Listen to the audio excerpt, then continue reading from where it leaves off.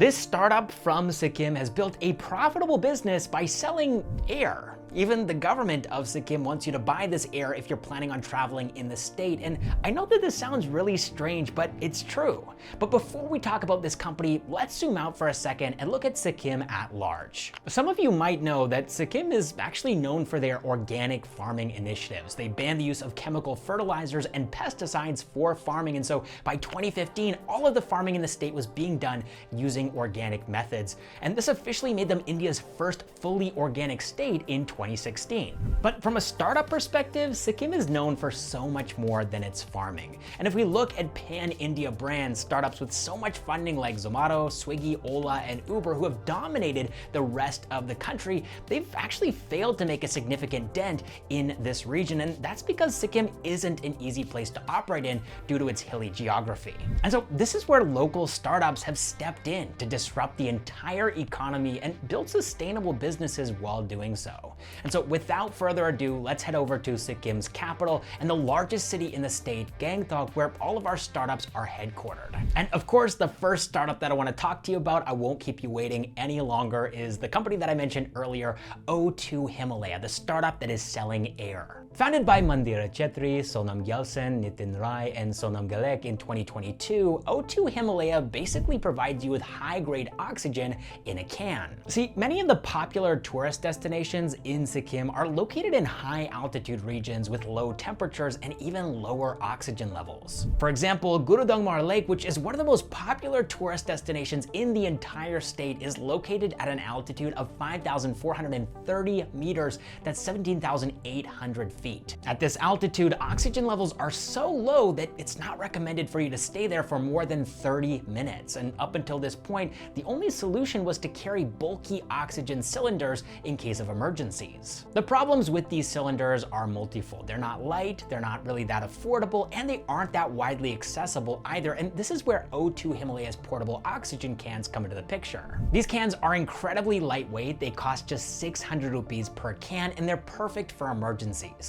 In fact, Nitin, one of the founders of the company, told me that in 2023, the government of Sikkim even made it compulsory for tourists to carry O2 Himalaya's medically certified oxygen cans while traveling to high altitude regions in the state. And honestly, that's a pretty big part of the reason why their sales jumped from just 3,500 in their first year of operations to over 18,000 cans today. And that's just the beginning, because tourism is growing rapidly in Sikkim. This year alone, the state is expected to bring in more than 1.2 million tourists. And since most of the tourist destinations are in high altitude regions, O2 Himalaya is going to be the go-to emergency medical kit for altitude related emergencies. But of course, O2 Himalaya is a startup. They are ambitious, and they don't want to just limit themselves to Sikkim. They're planning on selling in other Himalayan regions, like for example Ladakh, and to other pilgrimage sites at high altitudes like Kedarnath and Hemkund Sahib in Uttarakhand. Okay, so this next startup, just like O2 Himalaya, is delivering something that we all need to survive. But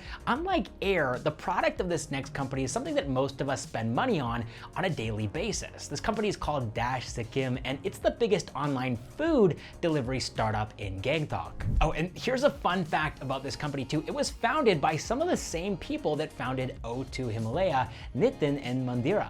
They founded this company alongside Kunga, Dhoundup and Tashi in 2020. When they started Dash Sikkim, they were actually the third food delivery company to start operations in Gangtok, and no, the first two weren't actually Swiggy and Zomato. Swiggy and Zomato only came to Sikkim in 2022 and 2023 respectively, but the other two companies that came before Dash Sikkim have unfortunately gone out of business. Now, to tell you a little bit about the story of this company, Dash Sikkim partnered with 5 restaurants to start their operations, and in their first month they did get 150 orders, but the next 6 months of the company's business were full of struggles because they had to fight just to survive thanks to the COVID-19 pandemic lockdowns. However, after the pandemic subsided, their business started picking picking up because there weren't any reliable delivery partners in the region, and restaurants were finding it difficult to deliver food to their customers in time due to the difficult hilly terrain that I mentioned earlier in the video. And so today, Dash Sikkim has over 50 restaurants on their platform, and they're delivering close to 46,000 orders every single year.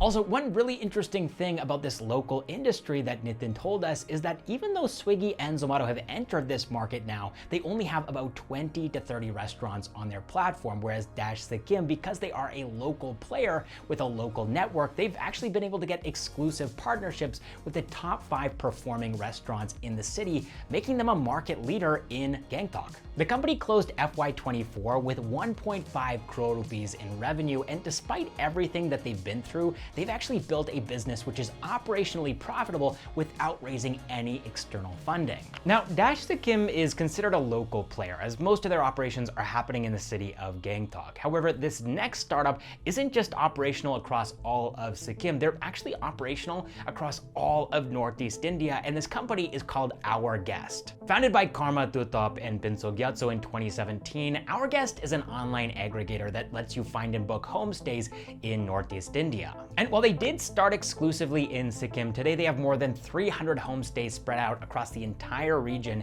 And when we spoke with Binso, he told us that the reason they started OurGuest was because local homestays, especially in semi-rural areas, just weren't getting enough visibility on online travel booking platforms, which were filled mostly with hotels and resorts. Today, they've provided for the needs of more than 6,000 customers through their platform, and also counting on the growing tourism specifically that's happening in Sikkim, they've also started offering curated high-altitude treks and mountaineering expeditions as well. And when we asked Pinso why he decided to build his startup in Sikkim, despite all of the challenges, he gave a really meaningful answer. He told us that most of the youth in Sikkim have gone out of the state in search of better opportunities. Very few pan-India brands have been built in Sikkim, and more generally in Northeast India, and so if he's able to do it, it's going to serve as inspiration for many future entrepreneurs to create jobs right in Sikkim instead of going away from their homes and their state and their culture to build somewhere else. And that is actually a really nice segue to the next startup in this video, because the founder of this company quit her job in Delhi to move back to Sikkim to start an eco-conscious organic skincare brand called Agapi in 2019. Back in 2013, when Rinzing Chodin Bhutia quit her job in Delhi and returned to her home in a little-known village called Kabi, she just wanted to take care of her newborn baby. She wanted her baby to grow up in a clean and healthy environment, and so she decided that she was going to build a plastic-free sustainable homestay. And while she was trying to figure out how to build this homestay using only sustainable materials, she discovered Petrikor, which is a vegan retreat in West Bengal. And it was here that she learned the art of handcrafting soap. And before she knew it, she had fallen in love with this. And by 2019, she launched Agapi to start her own eco-conscious skincare brand, adding products like, for example, handcrafted soap. Later on, she was also joined by a friend, Varsha Shrestha, in 2022 as a co-founder to help her scale the business. Today, Rinzing has trained more than 300 women to make soaps and other products using locally sourced herbs, and then she sells these products under the brand Agapi. And she's not only built a profitable business, but also she's providing a livelihood to locals in the region. Now, earlier I mentioned that Agapi was the first woman-led startup to receive FDI in Northeast India, but they're not the only startup in this video to achieve a first. This next company, Healbridge, is the first healthcare startup to come up in Sikkim. Back in 2020, when nobody was allowed to go out because of the COVID-19 lockdown, Sumesh Chettri and Karan Singh took it upon themselves to help people gain access to medicine. And this was in spite of the fact that their parents were very concerned for the lives, for the well-being of their children who are going out and delivering this medicine. But this marked the beginning of something amazing, Healbridge. And during the early days of the company, they didn't have an app, so they were just getting orders directly through phone calls and WhatsApp. Today, though, they've expanded their services beyond just delivering medicine to provide nursing assistance, physiotherapy, and even getting lab tests done, all from the comfort of one's home. So far, they've served more than 10,000 customers, and they do have an app on the Google Play Store, but that's still in the testing phase, and they're working on making it better. matter. Now, while Hillbridge is transporting medicine, this next startup has made a business out of transporting people. I'm talking about WizzRide. So to this day, there is no Ola or Uber in Sikkim. Despite tourism picking up in the state, there are actually no flights either connecting Gangtok with the rest of the state or other parts of India for that matter. Even today in 2024, if you want to visit Gangtok, your best option is going to be to take a flight directly to Bagdogra Airport in West Bengal, and then you're going to have to take a private taxi or a shared taxi from there to Gangtok, which is more than 120 kilometers, and it takes over 4 hours by road. And it gets worse too, because if you decide to book a private taxi, you'll end up paying just slightly less than the cost of a flight from Delhi to Bagdogra. And if you want to save money and opt for a shared taxi, you'll end up being stuffed in with 10 to 14 people with no AC, and you're gonna have to wait hours before they fill the taxi and they're ready to go. To say the least, the connectivity from Bagdogra Airport to Gangtok and other parts of Sikkim is a complete disaster. And 3 friends who are working outside of Sikkim and had to frequently visit their parents used to face all of these problems. But unlike most people, they actually quit their jobs and decided to do something to solve this problem. They founded WizzRide in 2016, and by 2017, they were ready with their online shared cab booking platform connecting Bagdogra with Gangtok. But how are they different from existing options? Well, pretty much in every way. You could book your shared cab just like you were booking a flight, and these cabs were comfortable, they had AC, they were on time, and you knew exactly where you were sitting in the cab. And even if you ended up being the only passenger in one of these cabs, it would still leave on time. And they didn't compromise on their quality of service, and that's the reason why they ended up making 1.1 crore rupees in revenue in the first year of their operations. Since then, they've added more routes connecting airports with cities, completing over 72,000 rides and closing FY24 with 8 crore rupees in revenue. And they've managed to achieve all of this while staying profitable and solving a very simple problem. And of course, they're also completely bootstrapped. Now, let's just say for your next trip to Gangtok, you decide to travel in a WizzRide cab. But once you get to the city, where are you supposed to stay? Well, that's the problem that the next startup in this list is solving, and this company is called Tagalong, and it was established as Sikkim's first backpackers hostel. Manisha Sharma started Tagalong as a tourism consultancy firm all the way back in 2013. And at that time, she was teaching local people about the importance of tourism and helping them to operate homestays across the state. Then in 2016, Manisha started Ride the Silk, a curated cycling expedition promoting sustainable tourism in Sikkim. And it was during this trip that Manisha realized there was a desperate need for budget-friendly hostels for students and solo travelers, and so she partnered with her sister Bhavana Sharma, who quit her corporate job in Delhi, to start Tagalong Backpackers in 2018 in Gangtok, making it the first backpackers hostel in Sikkim. But these two sisters didn't just want to open a run-of-the-mill hostel, because they were big on sustainability. They wanted Tagalong Backpackers to promote zero-waste tourism. By 2019, they onboarded a friend of theirs, Nitin Rai, who was running a startup in the restaurant industry of his own, and he became their third co-founder, helping them to open their second backpackers hostel and their first cafe, the Travel Cafe. And keeping up with the theme of sustainability, they took initiatives like replacing plastic straws with steel straws and also replacing paper napkins with cloth napkins at their hostels and their cafe. And today, Tagalong is running a successful business, and their Ride the Silk expedition, which started it all, is actually in its 5th edition too. Now, when we spoke with Manisha while we were writing the script for this video, she told us that she received a lot of support from her husband, Abhimanyu Dakal, throughout her entrepreneurial journey. In fact, the name Tagalong actually came from Abhimanyu, who was also the head of marketing for the company during the early days of the business. But when Abhimanyu wasn't busy helping his wife, he was actually running his own company, and this company is the next one that I want to talk about in this video. It's called Earthier. So the story goes a little something like this. Abhimanyu's brother, Abhinandan Dakal, had returned home to Sikkim from Tanzania after his agritech startup, which was working on organic farming, had failed. And so he was trying to figure out what to do next, but this time he wasn't alone. He partnered with his brother, Abhimanyu, and together they started researching more about agriculture in the state, and that's when they discovered that no one actually wanted to take up farming as it was unprofitable in Sikkim.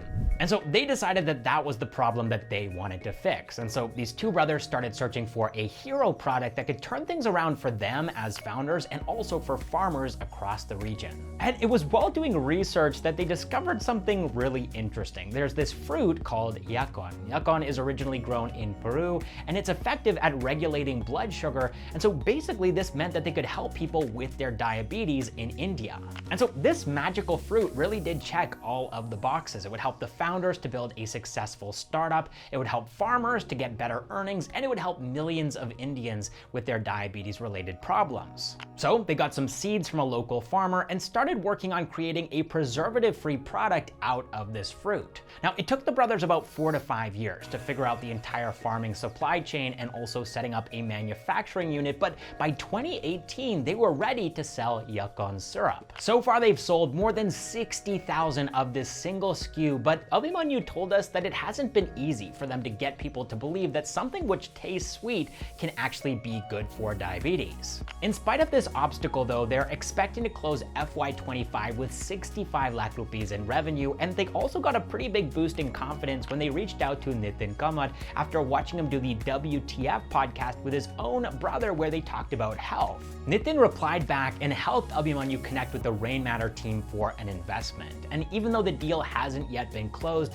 Abhimanyu is excited about the prospect of helping people suffering from diabetes and building a successful business at the same time. Now, speaking of raising capital from famous investors, the next startup on this list actually ended up raising investment from a famous Indian footballer by Bhutia. The startup I'm talking about here is NE Origins, and up until 2020, Mandira Chettri was busy running his own successful tourism taxi aggregator called NE Taxi. But thanks to the pandemic, Mandira's business came to a halt, and his team was out of work, and Mandira was desperately looking for something for them to do. But amidst all of this chaos, he sensed an opportunity to use his team to support local micro-entrepreneurs. And so in 2020, he launched NE Origins as an e-commerce marketplace to help micro-entrepreneurs sell their products online. Over the next couple of years, NE Origins onboarded more than 350 SMEs, but today, Mandira has turned his marketplace into a brand.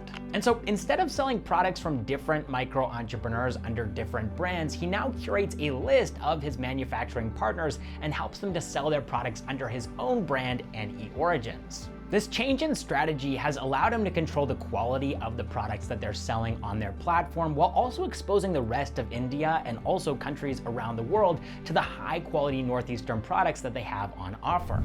While NE Origins only made 25 lakh rupees in revenue in their first year of operations, they closed FY24 with 1 crore rupees in revenue, and they're looking to close FY25 with 4 crore rupees in sales. And when we reached out to Mandira for this video, he told us that NE Origins is already a top brand on Amazon, and now they also want to expand their presence offline and enter the ready-to-eat products category as well. Okay, so the final startup in this list is called Bilingual Vitae. It's a language learning platform, and it was founded by Dominic Xiangbo in 2020. Now, unlike a lot of startups that prefer artificial intelligence and online teaching methods, Dominic believes that people learn best from people, and too much remote learning isn't the best solution. What we believe is people learn from people, right? So too much of offline remote learning cannot be the only or the best solution. And that's the reason why they've built Bilingual Vitae in a way that uses both online and offline mediums for teaching languages to students. So firstly, they conduct a placement test for students, and then based on their language proficiency level, they place students in a course that's most suitable for their language learning level. And these classes are conducted both online and offline, offering the best of both worlds to their students.